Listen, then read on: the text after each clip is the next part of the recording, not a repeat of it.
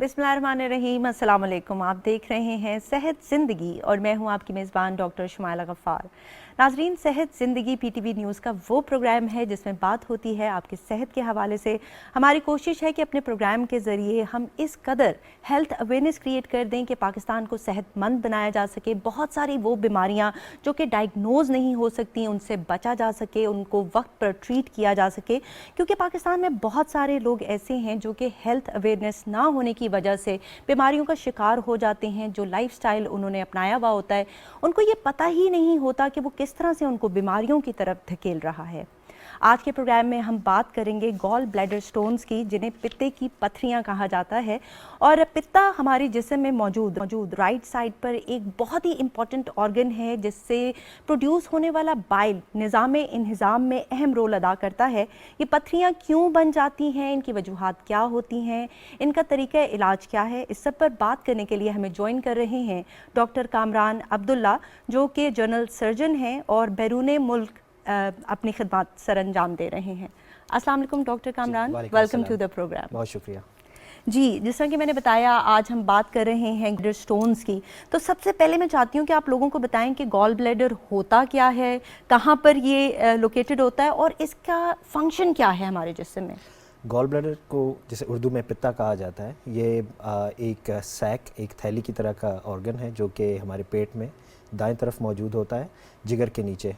और इसका फंक्शन एक स्टोरेज फंक्शन है। ये खुद से कुछ प्रोड्यूस नहीं करता।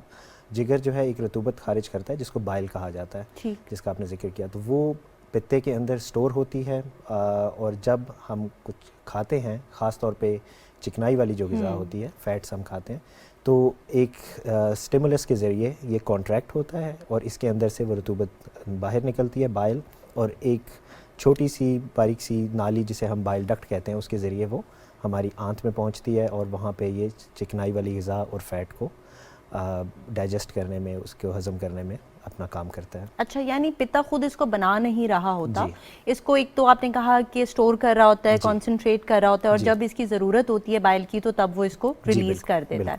अच्छा, तो डॉक्टर कामरान, ये पत्थरियाँ क्यों बन जाती हैं हमारे गॉल ब्लैडर में, इसकी क्या वजूहात होती हैं? क्या हम खुराक में कुछ ऐसा खा रहे होते हैं जिससे पत्थरियाँ बन जाती हैं? वी डिड अ प्रोग्राम, हमने किडनी स्टोन्स पर किया था, तो बहुत सारी ऐसी वजूहात थीं जिनकी वजह से खाने में या कुछ बॉडी में फासद मादे जमा हो जाते हैं। तो गॉल ब्लैडर में ऐसा क्या होता है कि वहाँ पर भी स्टोन्स बन जाते हैं?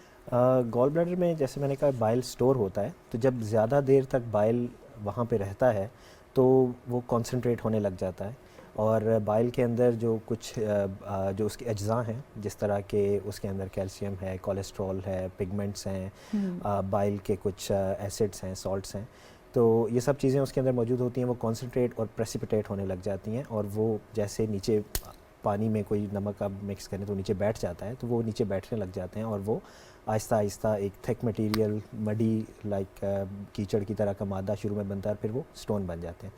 ये होता क्यों है ऐसे? इसकी बहुत सारी वजूहात के ऊपर रिसर्च हुई है। अक्सर हमारी मेडिकल की तालीम में एक 5F इस्तेमाल होता है एक याद रखने के लिए कि ये फ़ैट, फ़ीमेल, 40, फेयर और फर्टाइल जो होती हैं, मतलब जो 40 साल से ऊपर की ख़वातीन, फेयर रंगत वाली, और जिनके बच्चे होते हैं, इसका मतलब इसका हार्मोन्स के साथ ताल्लुक़ है, फीमेल हार्मोन्स के साथ, उनमें ये कॉमन है। लेकिन ऐसा नहीं है कि ये सिर्फ उन्हीं में होता है। ये हम यंग एज लोगों में भी देखते हैं, 25 साल के लोगों में भी देखते हैं, 20 साल के लोगों में भी, हम मर्दों में भी देखते हैं, डार्क स्किन पीपल उनमें भी देखते हैं। तो इसके अलावा ये एक बहुत रैंडम एक इसका कॉज है। इसके अलावा जो और जो इसके कॉजेज़ हैं, उसमें कुछ ऐसी बीमारियां हैं, जैसे खून की एक बीमारी होती है जिसे हम हेमोलिटिक एनीमिया कहते हैं, उसके अंदर ब्लड की ब्रेकडाउन होती है और उससे जो प्रोडक्ट्स बनते हैं वो उसकी वजह से स्टोन बन जाते हैं। इसके अलावा कुछ लोग जो बहुत तेज़ी के साथ अपना वज़न कम करते हैं, ऑपरेशन के ज़रिए या फास्टिंग करके, प्रोलॉन्ग फास्टिंग करके, उसी में ये उसकी वजह भी यही होगी कि गॉल ब्लैडर कॉन्ट्रैक्ट नहीं कर रहा और बाइल वहाँ पे पड़ा वो कॉन्सेंट्रेट होने लग जाता है, तो उनमें भी पत्थरियाँ बन सकती हैं। तो ये कुछ इसकी हैं वजूहात जिसकी वजह से। अच्छा, आपने बड़ी अच्छी बात की कि बहुत देर तक आप खा नहीं रहे, जब आप डाइट कर रहे हैं या वेट लॉस करना चाह रहे हैं तो उस वजह से वो वहाँ पर पड़ा हुआ है और कॉन्सेंट्रेट हो रहा है, जिसकी वजह से स्टोन्स बन रहे हैं। और आपने 5 Fs का भी जिक्र किया जो कि है female, fertile, fat, fair and family reason भी है। बाज़ लोगों में ये फैमिली टेंडेंसी भी होती है, इसमें बन जाते हैं। अच्छा, बाज़ लोगों में कोलेस्ट्रॉल स्टोन्स भी बन रहे होते हैं, आप ज़रा उसके मुतालिक भी हमें बताइएगा कि वो किस तरह से बन जाते हैं, उसकी क्या वजह होती है बनने की? कोलेस्ट्रॉल क्योंकि वो एक फ़ैट का पार्ट है, चिकनाई का पार्ट है जिस्म के अंदर, वो खून के अंदर गर्दिश करता है। तो अगर उसकी मिकदार ज़्यादा हो जाएगी खून में तो कोलेस्ट्रॉल बाइल का एक कंपोनेंट है, जैसे मैंने पहले बताया। तो जब इसकी मिकदार ज़्यादा हो जाएगी तो जैसे मैंने बताया कि वो प्रेसिपिटेट होने लग जाता है, तो उसकी प्रेसिपिटेशंस की वजह से, उसके नीचे बैठ जाने की वजह से उनके अंदर स्टोन बन सकते हैं। तो ये लोग कोलेस्ट्रॉल, ये लोग इस तरह की ग़िज़ा खा रहे होते हैं कि इनमें कोलेस्ट्रॉल ज़्यादा होता है, या फिर इनका जिगर कोलेस्ट्रॉल बना ज़्यादा रहा होता है? दोनों वजूहात हैं जो आपने कही। इसके अलावा एक और वजह उनकी कुछ जेनेटिक फेमिलियल रीजंस होती हैं। कुछ लोग ज़्यादा चिकनाई नहीं खाते, उनके फिर भी कोलेस्ट्रॉल बहुत ज़्यादा होता है। अच्छा। उसकी उनके अंदर वो मेटाबॉलिज्म में बॉडी में कुछ ऐसे डिफेक्ट्स होते हैं बाय बर्थ, उनके फैमिली में वो रन करती हैं वो डिजीज़, उसकी वजह से भी ज़्यादा हो सकता है। अच्छा डॉक्टर कामरान, अगर पथरियाँ बन रही हों तो क्या पेशेंट को पता चलता है? क्योंकि बहुत दफ़ा तो ये एसिम्प्टोमेटिक होती हैं, इसकी कोई अलामात नहीं होती, राइट? तो अगर अलामात होंगी तो क्या होंगी? अगर आपके स्टोन्स हैं तो किस तरह से पता चलेगा कि स्टोन्स हैं? पहली बात जैसे आपने कही कि एसिम्प्टोमेटिक, बहुत से लोगों को पता नहीं होता और उनकी पथरियाँ होती हैं, वो डॉक्टर के पास किसी और वजह से जाते हैं, अल्ट्रासाउंड तजवीज़ होता है तो उसमें पता चलता है कि इंसिडेंटल फाइंडिंग के गॉल स्टोन्स हैं। हो सकता है उनके साल से वो स्टोन हो और उन्हें मालूम ना हो। तो बहुत से ऐसे अफराद, मेजॉरिटी ऐसी है जिनमें कोई अलामत नहीं।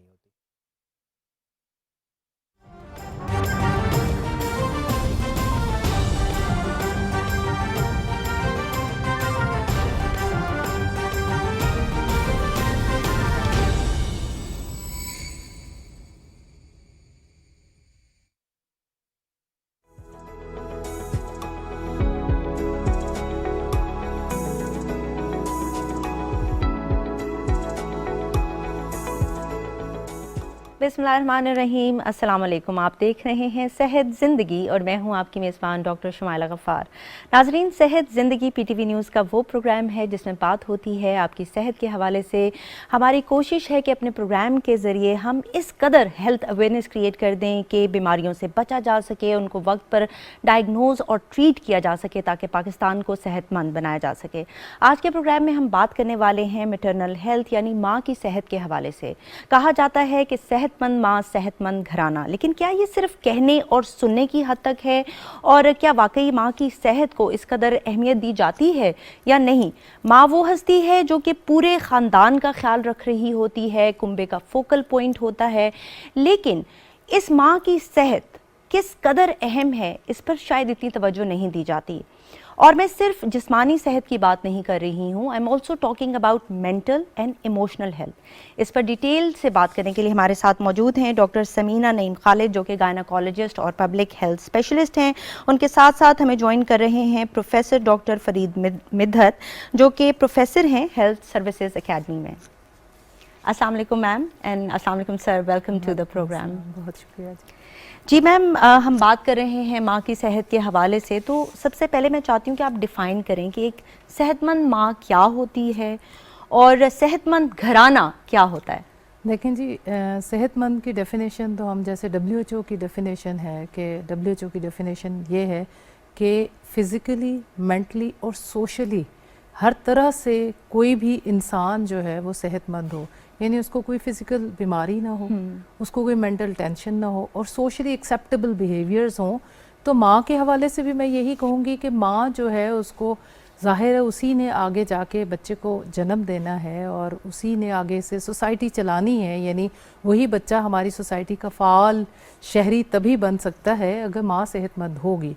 तो माँ सेहतमंद होगी तो ही घराना सेहतमंद होगा, क्योंकि अपने घर की सबसे पहली डॉक्टर जो है उसकी माँ ही होती है। वो जो पहली फिजिशियन जिसको हम कहते हैं, तो वो फैमिली फिजिशियन घर पे ही है और वो उसी माँ ने उसकी सेहत का ख्याल रखना है, उसकी परवरिश करनी है। और डेफिनेटली एक एजुकेटेड माँ ना सिर्फ उसकी जिस्मानी सेहत का ख्याल रखती है बल्कि उसकी एजुकेशन और उसकी स्पिरिचुअल और रिलीजियस ग्रोथ का भी ख्याल रखती है। तो एक सेहतमंद घराना तभी होगा अगर एक सेहतमंद और पढ़ी लिखी माँ हो। बेसिकली माँ जो है वो एक बेसिक यूनिट है, बिल्कुल। अगर आपने बुनियाद सही रख दी है तो इमारत खुद ब खुद जो है वो खूबसूरत बनेगी, राइट? बिल्कुल सही, बिल्कुल सही कहा। डॉक्टर साहब, आपसे मैं पूछना चाहूँगी कि क्या रीजंस हैं कि माँ की सेहत इग्नोर हो जाती है? हमने देखा है कि हमारे माशरे में माँ जो होती है वो अपने मुंह का नवाला अपने बच्चों को दे देती है, वो चाहती है कि मेरे बच्चे अच्छे से अच्छा खाएं, इसी तरह सारा दिन वो लगी रहती है कामों में और ये कोशिश होती है कि हस्बैंड की ख्वाहिश के मुताबिक खाना भी बने, यानी इतना वो ख्याल रख रही होती है। तो आपको क्या लगता है कि पर्सनली क्या वजूहात हैं, पर्सनल लेवल पर क्या वो खुद अपना ख्याल नहीं रख रही होती, क्यों माँ की सेहत इम्पैक्ट हो जाती है? जी, मेरे ख्याल में ये एक हमारे कल्चर का हिस्सा है कि ख़वातीन अपना ख्याल इतना नहीं रखती हैं और अपने घर वालों का ज़्यादा ख्याल रखती हैं, बच्चों का, शौहर का। तो ये कुछ हद तक मेरा ख्याल है उस माँ की अपनी ज़िम्मेदारी भी है कि वो अपनी सेहत का ख्याल रखे। फिर ये कि चूँकि उसमें एक हमारे घरानों में यूजुअली स्पेशली देहाती इलाक़ों में ये होता है कि औरतें बाद में खाना खाएंगी और बच्चों को खिलाने के बाद खाएंगी, उनके ऊपर काम का लोड भी होता है। अब हमारे यहाँ जो ख़वातीन को जब उनसे पूछा जाता है कि आप कोई काम करती हैं तो वो कहती हैं नहीं, हालांकि वो दिन में 14 घंटे काम करती हैं, बिल्कुल, बल्कि 24/7 कर रही होती है। लेकिन चूँकि वो काम जो है वो उनका तनख्वाह वाला काम नहीं होता, इसलिए वो काउंट नहीं होता। तो इन सारी चीज़ों से उनकी फ़िज़िकल एक्सरसाइज बहुत ज़्यादा होती है और डाइट ज़ाहिर है उतनी नहीं होती, इतनी अच्छी। उसके अलावा जो कि बच्चों की बार बार जो पैदाइश होती है बहुत ज़्यादा बग़ैर ज़्यादा लंबे वक्फ़े के, तो उससे भी बच्चे माँ की सेहत मुतासिर होती है। और हमारे यहाँ तकरीबन 66% यानी 2/3 ख़वातीन जो हैं वो एनीमिक हैं, मतलब उन्हें खून की कमी है। तो उसकी वजह यही है कि उनकी ग़िज़ाई ज़रूरियात मुकम्मल तौर पे पूरी नहीं हो रही होती। ठीक, सर ने बड़ी अच्छी बात की। मैम, इसको ज़रा एक्सटेंडेड लेवल पे मैं चाहती हूँ हम देखें कि पर्सनल लेवल पर तो ये वजूहात हैं, लेकिन मेजर प्रॉब्लम्स क्या क्या हैं? मैल न्यूट्रिशन है या सहूलियात उस तरह से नहीं है हमारे मुल्क में, मेडिकल फैसिलिटीज़ नहीं हैं, क्या वजह है? देखिए जी, मेजर आप हेल्थ सिस्टम के हवाले से अगर हम बात करें तो ख़वातीन जो हैं वो बहुत वल्नरेबल होती हैं। अगर कोई भी ऐसी सिचुएशन है, जैसे कोई कॉन्फ्लिक्ट की सिचुएशन है, कहीं सैलाब आ जाता है, तो माँ और बच्चा सबसे ज़्यादा सफ़र कर रहे थे। प्लस ये कि जो एक एडिड रिस्पॉन्सिबिलिटी है ख़वातीन की कि उन्होंने बच्चा भी पैदा करना है, तो वो बच्चा पैदा करने के लिए भी डेफिनेटली उसकी रिक्वायरमेंट्स ज़्यादा होती हैं। तो बजाय इसके कि जैसे सर ने कहा कि 2/3 जो हैं वो ऑलरेडी एनीमिक होती हैं, यानी उसकी भी बहुत सारी वजूहात हैं कि हमारे यहाँ वर्म इन्फेस्टेशन इतनी ज़्यादा है, माहवारी के दौरान उसका इतना ज़्यादा खून लॉस हो जाता है, खुराक में वो ऑलरेडी नहीं ले रही होती। तो इतनी सिचुएशन ऐड होती जाती है और फिर वो रिपीटेडली बीमार भी हो रही होती हैं, क्योंकि वो अपनी सेहत को वो ये समझती हैं कि एक अच्छा घर का वो यूनिट तभी बन सकती हैं अगर वो सबकी सेहत को ठीक रखें। और वहाँ पर लीस्ट प्रायोरिटी वो अपनी सेहत को देती है, वो निगलेक्ट करती रहती है जब तक कि वो बिस्तर से नहीं लग जाती। और प्लस ये कि जब अब उसको आगे एंटीनेटल केयर, यानी अगर उसने बच्चा पैदा करना है और उसने अपना मुआयना करवाना है दौरान हमल, तो जाहिर है कि उसको फैसिलिटीज़ अवेलेबल नहीं होती हैं, अफोर्डेबिलिटी के इश्यूज होते हैं, यानी उसके पास पैसे नहीं होते कि जाकर फैसिलिटी पे अपनी मुआयना करा सके। उसके अलावा बाज़ जगहों पे हमारी हेल्थ फैसिलिटीज़ गवर्नमेंट ने फ्री ऑफ कॉस्ट भी बनाई हैं, लेकिन वहाँ डॉक्टर्स अवेलेबल नहीं हैं या इक्विपमेंट अवेलेबल नहीं है, ये भी इश्यूज होते हैं। और वहाँ तक जाने के उसके पास पैसे ही नहीं होते, और अगर पहुँच जाए तो जब सर्विसेज नहीं हैं, डॉक्टर नहीं है, तो उसको रेफर्ड इतनी लेट किया जाता है। तो जैसे सर ने कहा कि बच्चों में वक्फा नहीं होता, तो जब वक्फा नहीं होता, एक बच्चे के बाद दूसरा बच्चा, दूसरे के बाद, तो वो एक विशियस सर्कल जिसको हम कहते हैं कि ऑलरेडी एनीमिक है तो फिर और एनीमिक हो जाएगी, और फिर उसके अच्छा, मैंने ऐसी ख़वातीन भी देखी हैं जो कि एक्सट्रीमली एनीमिक होती हैं, डॉक्टर ने उनको कहा होता है कि आपने कंसीव नहीं करना, फिर भी वो बेटे की ख्वाहिश में या फैमिली प्रेशर में वो फिर भी कंसीव करना चाह रही होती हैं और करती भी हैं। मतलब उनको इवन अगर डॉक्टर बता भी रहा है, still they are doing this, क्योंकि वो अपनी हेल्थ को इतनी प्रायोरिटी देती ही नहीं है। दूर की बात नहीं है, ये मेरा ख्याल है 2-3 दिन पहले ये खातून आई, उसके 5 या 6 बेटियां थीं। सही। तो मेरे पास आई तो कहती है कि वो पठान थी तो उसको याद नहीं रहता मोमन अपना साइकिल, तो उसने कहा कि माहवारी का मुझे पता नहीं है। तो मैंने कहा अगर आपको पता नहीं है तो शायद आप ब्रेस्ट फीड करा रही थी, बच्चे को दूध पिला रही थी, तो आपको माहवारी का पता नहीं है, तो कहीं प्रेग्नेंट तो नहीं होगी। तो उसने कहा तो वो तो प्रेग्नेंट तो मैं हूँ ना, मैंने कहा कि अभी तो आपका बच्चा साल का भी नहीं हुआ, तो आप पहले इतनी कमज़ोर हैं, छाइयाँ पड़ी हुई, और तो कहती है तो डॉक्टर साहबा बेटा तो मैंने पैदा करना है ना। मैंने कहा क्यों? कहती है वो जो मेरी दूसरी जेठानी है उसको तो एक बेटी, पहली बेटी के बाद भी उसका हस्बैंड उस पर सौतन ले आया, तो अगर मैंने बेटा पैदा करके नहीं दिया, मुझे तो इतने चांसेस दिए गए हैं, तो अगर मैंने बेटा पैदा नहीं किया तो फिर तो डेफिनेटली कि वो और बीवी कर लेगा। It's a very sad fact, बहुत बहुत ऐसा है। मतलब और इतना हम स्ट्रेस यही चाह रहे हैं कि अवेयरनेस क्रिएट की जाए कि किस कदर ज़रूरी है कि जान से पहले कुछ भी नहीं है, तो अगर माँ जिंदा होगी तो तभी वो फैमिली को आगे लेकर चल सकती है। अच्छा सर, मेल न्यूट्रिशन की हमने बात की, तो क्या हमारे मुल्क में ओवरऑल ग़िज़ाई किल्लत है या ख़वातीन को बेसिक सेंस नहीं है कि उन्होंने क्या खाना है क्या नहीं खाना, क्योंकि वो लेफ़्ट ओवर्स खा रही होती है, और बाज़ वक़्त मैं भी ये करती हूँ कि यार ज़ाया ना हो तो हम वो खाना शुरू कर देते हैं। और मैंने कुछ ऐसे भी केसेस देखे हैं कि डाइनिंग टेबल पे माँ नहीं बैठती, वो रोटी बना रही है, बच्चों को दे रही है, बाय द टाइम सब डन होते हैं वो इतनी टायर्ड हो जाती है कि वो खाना खाती ही नहीं है।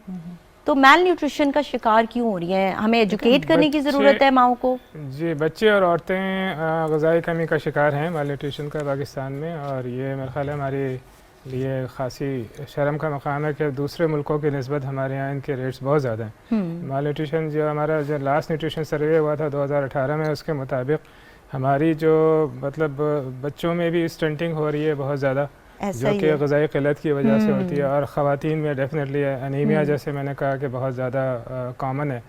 तो उसमें एक तो रीज़न यही है कि डेफिनेटली जो है ना, अगर ग़िज़ा अवेलेबल है भी घर में तो उसके लिए वो उतनी कॉन्शियसनेस या उतना अवेयरनेस शायद नहीं है कि वो अपनी ग़िज़ा को प्रॉपर बैलेंस करके लें। सही। तो जैसे अगर खातून प्रेग्नेंट है तो उनको ज़ाहिर है कि ज़्यादा खाना चाहिए, लेकिन हमारे यहाँ ये रिवाज नहीं है। इसका उल्टा होता है कि जी जो प्रेग्नेंट ख़वातीन होती हैं वो बल्कि पहले से भी कम खाती हैं। सही। इस तरह से जो है ना, जो हमारे कल्चर के कुछ हिस्से हैं, कुछ ख़वातीन की जो कहना चाहिए वीमेन स्टेटस इन सोसाइटी, वो गालिबन इतना नहीं है कि उनको स्पेशल ट्रीटमेंट दिया जाए। सही। स्पेशली हमारे वो सेगमेंट्स पॉपुलेशन के जहाँ पढ़ाई एजुकेशन ज़्यादा नहीं है, ठीक, और गरीब घरानों में भी गालिबन ये चीज़ है। तो आपने बिल्कुल सही कहा कि एक खातून अगर प्रेग्नेंट है भी तो वो बिल्कुल अपने बारे में नहीं सोचती, वो अपने घर के और अपने शौहर के और अपने बिल्कुल, और वो टायर्ड होती है, उसका खाने को दिल नहीं कर रहा होता, फिर नौजिया वगैरह होता है जिसकी वजह से फ्लूइड लॉस भी हो रहा है और खाने को दिल नहीं कर रहा, तो और ज़्यादा वो निगलेक्ट हो जाती है। एक और चीज़ जो मैं ऐड करना चाहूँगी सर, वो एक्चुअली होता ये है कि ख़वातीन जो हैं जब अनीमिया का शिकार होती हैं, खून की कमी का शिकार, तो उनकी जिस्म जो है पानी या वाटर रिटेंशन शुरू कर देता है, उसकी वजह से जिस्म फूल सा जाता है उनका। तो वो घर वाले भी समझते हैं कि हट्टी कट्टी है, और वो खुद भी समझती है, और ड्यूरिंग प्रेगनेंसी फिर भी कोई थोड़ा बहुत उसकी फैमिली उसका ख्याल कर लेती है, लेकिन जब वो दूध पिला रही होती है तो वो बिल्कुल कॉन्शियस नहीं होती, ना खुद होती है ना कोई सप्लीमेंट्स लेती है कि बच्चा तो बाहर आ गया। हालांकि बच्चे की 100% खुराक, जैसे हम हर दफा कहते हैं 100% खुराक पहले 6 महीने जा रही है, और फिर आधी खुराक बिल्कुल उसको एक्स्ट्रा कैलोरीज लेनी चाहिए, मल्टीविटामिन्स लेने चाहिए, दूध पीना चाहिए। जिस तरह के पहले वो 2 लोगों के लिए खा रही थी, अभी भी उसको 2 लोगों का ही जो है वो खाना खाना चाहिए। और मैंने ये भी देखा है कि बहुत सारे घरों में वो पहले उसको ज़्यादा खाना दे रहे होते हैं, लेकिन फिर वो बैक टू नॉर्मल हो जाता है कि you know, I am talking about those families जहाँ पे जॉइंट फैमिली सिस्टम है। अच्छा मैम, मुतवाज़न ग़िज़ा दौरान हमल आप उसको किस तरह से डिस्क्राइब करेंगे? देखें जी, अगर ये सोचा जाए कि जी कीमा कलेजी और गोश्त वोश्त खाना ही मुतवाज़न ग़िज़ा है, हमारे यहाँ जो हमने बात की कि उनको शऊर नहीं है कि मुतवाज़न ग़िज़ा है क्या, तो उसमें यह है कि हम जिस तरह से पकाते हैं खाने को, हम बहुत ज़्यादा माइक्रो न्यूट्रिएंट्स और विटामिन्स को ज़ाया कर देते हैं कि भून के, और तो स्टीम करके चीज़ें खानी चाहिए। और बहुत ज़्यादा जो हमारा एक मेजर चंक होना चाहिए वो हरे पत्तों वाली सब्जियों का और नारंगी रंग की सब्जियों का और फ्रूट्स का होना चाहिए। उसमें बहुत ज़्यादा रिच होते हैं, एक तो हरे पत्तों वाली आयरन में रिच होती हैं और वो विटामिन्स में रिच होते हैं, तो बहुत ज़्यादा फल और फ्रूट। हमारे यहाँ ख़वातीन, मुझे अफसोस से कहना पड़ेगा कि वो जो डब्बा है वो लिखवाने के लिए तैयार होती हैं कि वो ताकत वाला डब्बा लिख दें, उस पे पैसे उसकी सास या उसकी फैमिली लगाने को तैयार होती है, लेकिन अगर फ्रूट पे कहें तो कहते हैं हम अफोर्ड नहीं कर सकते। हालांकि वो जो सप्लीमेंट्स इस तरह के मिल रहे होते हैं, मैं कैल्शियम और आयरन के अलावा, तो वो ज़्यादा एक्सपेंसिव होते हैं, उससे सस्ती चीज़ें उनको अवेलेबल होती हैं। और अगर चलें आपको फ्रूट इतना सस्ता भी ना लगे, स्पेशली रमज़ान में, हाँ, तो आप expensive कम होता से है। कम सब्जियां तो ले सकते हैं। तो इसलिए वैसे तो डेफिनेटली जो बैलेंस डाइट है उसका हिस्सा कीमा कलेजी भी होना चाहिए, और पालक, बैंगन, अनार का जूस, सेब, दूध, अंडे, तो ये सारी चीज़ें जो हैं उन्हें एक बैलेंस तरीके से खानी चाहिए। और जैसे मैंने कहा कि 2 लोगों के करीब उसको विटामिन्स और मिनरल्स चाहिए, सही। और 350 से लेकर 500 तक एक्स्ट्रा किलो कैलोरीज भी चाहिए। तो उसको थोड़ी अपनी खुराक भी बढ़ानी है, और खुराक में जो हम कहते हैं गुड क्वालिटी, ये नहीं है कि बस कार्बोहाइड्रेट्स या रोटियां ज़्यादा से ज़्यादा खा लेंगे। जी डॉक्टर साहब ने कहा है कि 2 लोगों के 4 करोड़, तो मैं 4 तो रोटियां रोटी खा ज्यादा जाऊं। खा ले, ऐसे नहीं और खाना। प्लस जैसे हम कहते होते हैं कि वो ये समझती हैं कि सेब का जूस पी लिया तो मुझे बहुत ज़्यादा आयरन और विटामिन्स मिल रहे हैं, तो उसके बजाय अगर वो सेब खा ले तो उसमें जो फाइबर होती है वो भी बहुत यूजफुल होती बिल्कुल। है। तो और प्लस ये कि वो जाहिर है कि उसकी वो वाली रिक्वायरमेंट भी पूरी हो रही होती है जो उसको आयरन की चाहिए, और साथ उसको फाइबर की रिक्वायरमेंट। अच्छा, और यहाँ फुलनेस। पर मैम मैं ऐड करना चाहूंगी कि जितनी आपकी प्लेट कलरफुल होगी उतने ही आपका जो है वो हेल्थ सिस्टम जो है वो गुड होगा। तो आपने कोशिश ये करनी है कि अपनी प्लेट को देखें नाजरीन, और उसमें जिस कदर रंग ज़्यादा होंगे आपकी ज़िंदगी और आपकी सेहत भी उतनी ही रंगीन होगी। अच्छा सर, हमने आयरन डेफिशिएंसी एनीमिया की बात की, तो आपको लगता है कि जब एक खातून हमल से गुजर रही होती है उस वक़्त तो डेफिनेटली उसके ये ब्लड टेस्ट वगैरह हो जाते हैं, लेकिन हमारी बच्चियों में भी आयरन डेफिशिएंसी एनीमिया है। मेरे ख्याल से पाकिस्तान में हमारा जो ये परसेंटेज है ये अलार्मिंगली हाई है।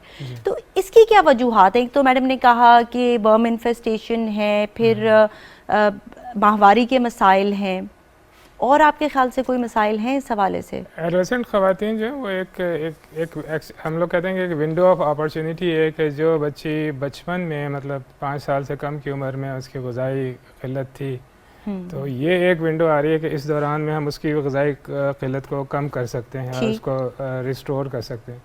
अनफॉर्चुनेटली क्या होता है कि जब मेंस्ट्रुएशन शुरू होती है उसके बाद ज़ाहिर है कि उसके हिसाब से उनकी डाइट सही नहीं होती है।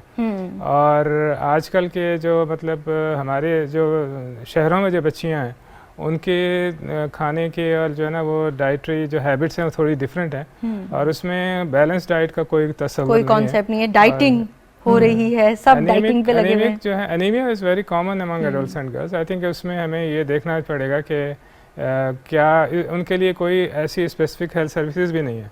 अगर एक खातून प्रेग्नेंट है तो वो तो ज़ाहिर डॉक्टर को दिखाएगी जाके, लेकिन एक बच्ची अगर 11 से 16 साल के बीच में अगर उसको कमज़ोरी हो रही है, चक्कर आ रहे हैं, तो वो बहुत कम इम्कान है कि वो किसी डॉक्टर को दिखाने जाएगी। बिल्कुल ऐसे तो इसलिए डेफिनेटली है चीज़, और उसके लिए स्पेशल अटेंशन की ज़रूरत है कि इस एज में स्कूलों में स्पेशली टीचर्स को तरबियत दी जाए कि वो अपनी बच्चियों से कहें कि जी आपने अपने ब्लड टेस्ट करवाने चाहिए उनकी स्क्रीनिंग के लिए, और उनको उनके एग्जामिन होने चाहिए। सर ने बड़ी अच्छी बात की कि स्कूल में एजुकेट करना चाहिए और उनके ब्लड टेस्ट होने चाहिए। जो बात है सर ने कहा कि एक विंडो ऑफ अपॉर्चुनिटी है, उसमें पहले 1000 दिन तो यानी पैदाइश के बाद पहले 1000 दिन तो एक विंडो ऑफ अपॉर्चुनिटी ऐसी है जिसमें बच्चा 9 महीने माँ के पेट में है, फिर 2 साल वो अपना दूध पिला रही है, तो उस दौरान जितनी बैलेंस यानी अपना दूध पिलाए और उसको वीनिंग स्टार्ट करे या उसे कुछ कॉम्प्लीमेंट्री फूड्स दे तो वो अच्छे तरीके से दे।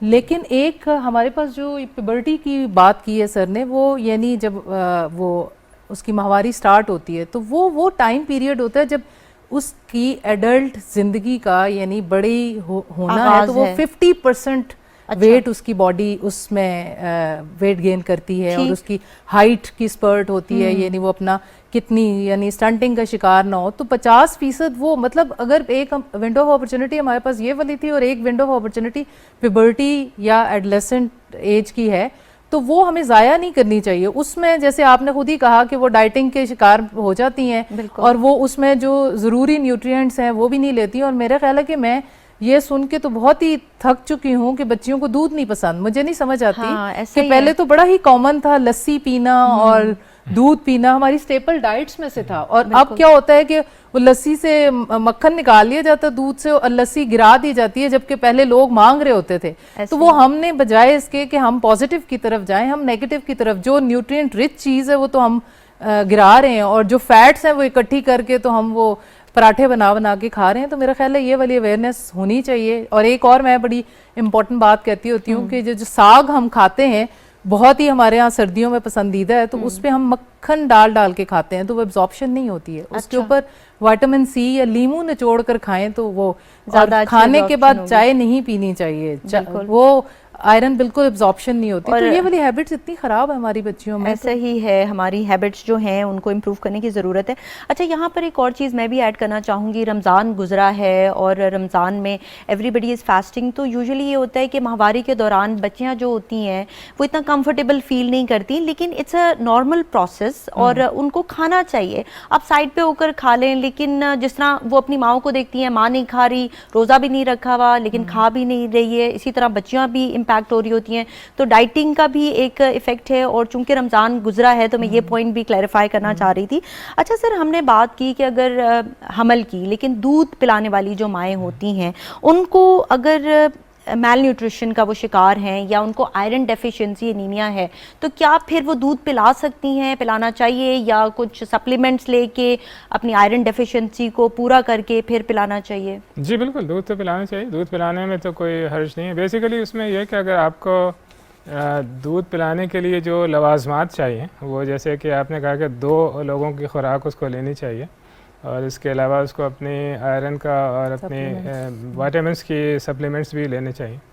तो दूध पिलाने में तो कोई हर्ज नहीं है। ठीक, यानी पिलाएं लेकिन अपनी खुराक का बल्कि साथ-साथ उसके लिए ख्याल ज़्यादा रखें। बेहतर है कि यही वो टाइम है शायद जब दूध पिला रही है, और दूध पिला रही है तो उसको घर में इंपॉर्टेंस भी मिल रही होती है। हाँ। तो सब उसको खातिर तवाज़ो कर रहे हैं तो वो अपनी डाइट और इंप्रूव जब करें। आप दूध पिला रहे होते हैं तो 250 कैलोरीज आपकी एक्स्ट्रा बर्न हो रही हैं, तो आपने वो ज़रूर लेनी है किसी ना किसी फॉर्म में। अच्छा मैम, आपने बात की थी फैमिली प्लानिंग की, तो आप ये बताइएगा कि मुनासिब वक्फा किसको कहा जाता है, यानी कितना होना चाहिए? पहले कहा जाता था बच्चे 2 ही अच्छे, तो उस पर ज़रा रोशनी डालें कि देखें जी, बच्चे तो पहले 2 ही अच्छे वाला कॉन्सेप्ट था, लेकिन अब हम कहते होते हैं कि जो जिसके लिए सूटेबल है, जितना उसके लिए फैमिली अफोर्डेबल है और जैसी उनके लिए वो दे कैन इजीली एडजस्ट और उसकी सेहत इजाज़त देती है। लेकिन फिर भी हम कहते हैं कि कम अज़ कम भी नॉर्मल पैदाइश हुई है तो 2 साल का वक्फा होना चाहिए, और अगर उसका सिजेरियन सेक्शन या बड़ा ऑपरेशन हुआ है तो 3 साल तो कम अज़ कम वक्फा करे, इसलिए कि इस दौरान उसकी बॉडी जो है, एक तो हम चाहते हैं कि वो फुल फ्लैच अपने 2 साल अपने बच्चे को दूध पिलाए, और ये ना हो कि ओवर स्ट्रेस हो जाए कि एक बच्चा पेट में है और एक बच्चे को दूध पिला रही है, तो हम तो कहीं भी किसी फिर 3 लोग निगलेक्ट हो रहे हैं। 3 लोग निगलेक्ट हो रहे हैं। तो इसलिए 2 साल का वक्फा इसलिए हम चाहते हैं। और दूसरा ये कि उसकी बॉडी भी अपनी प्रॉपर स्ट्रेंथ पे आ जाती है, उसके अंदर जो चीज़ें, क्योंकि बच्चे ने, औरत ने अगर लेनी है या नहीं लेनी, बच्चे ने अपनी हड्डियां और चीज़ें बना लेनी है, उसके अंदर कोई मैग्नेटिक किस्म की कैपेबिलिटीज़ हैं अल्लाह की तरफ से कि उसने माँ को निचोड़ के अपने आप को बना के निकल आएगा। लेकिन जाहिर है कि अगर माँ कमज़ोर होगी तो डेफिनेटली एक प्री मेच्योर बच्चा पैदा होगा, या वजन उसका कम होगा, या जैसे सर ने कहा कि स्टंटेड ग्रोथ हो जाती है, उसका हाइट अपनी एज के मुताबिक नहीं होती, वजन एज के मुताबिक नहीं होता। और हमारी सोसाइटी को देखें आप, आहिस्ता आहिस्ता स्टंटेड ग्रोथ या इसका शिकार हो रही है। बहुत तो ज़्यादा है। ये आई ओपनर है कि आप इस तरह के प्रोग्राम्स कर रहे हैं, लोगों तक ये पहुंचाएं कि बैलेंस न्यूट्रिशन। और कुछ सर मेरा ख्याल है इसमें हम ये भी बात कर लें कि कुछ उनकी स्क्रीनिंग या टेस्ट भी होने चाहिए खवातीन के, ताकि जैसे हम कहते हैं कि जी थायराइड के प्रॉब्लम्स हैं तो वो आगे बच्चे को ट्रांसमिट ना हो, तो वो वाली चीजें भी पता होनी चाहिए। पैदा होने वाले बच्चे में हाइपोथायराइड कितना नुकसानदेह है। बिल्कुल,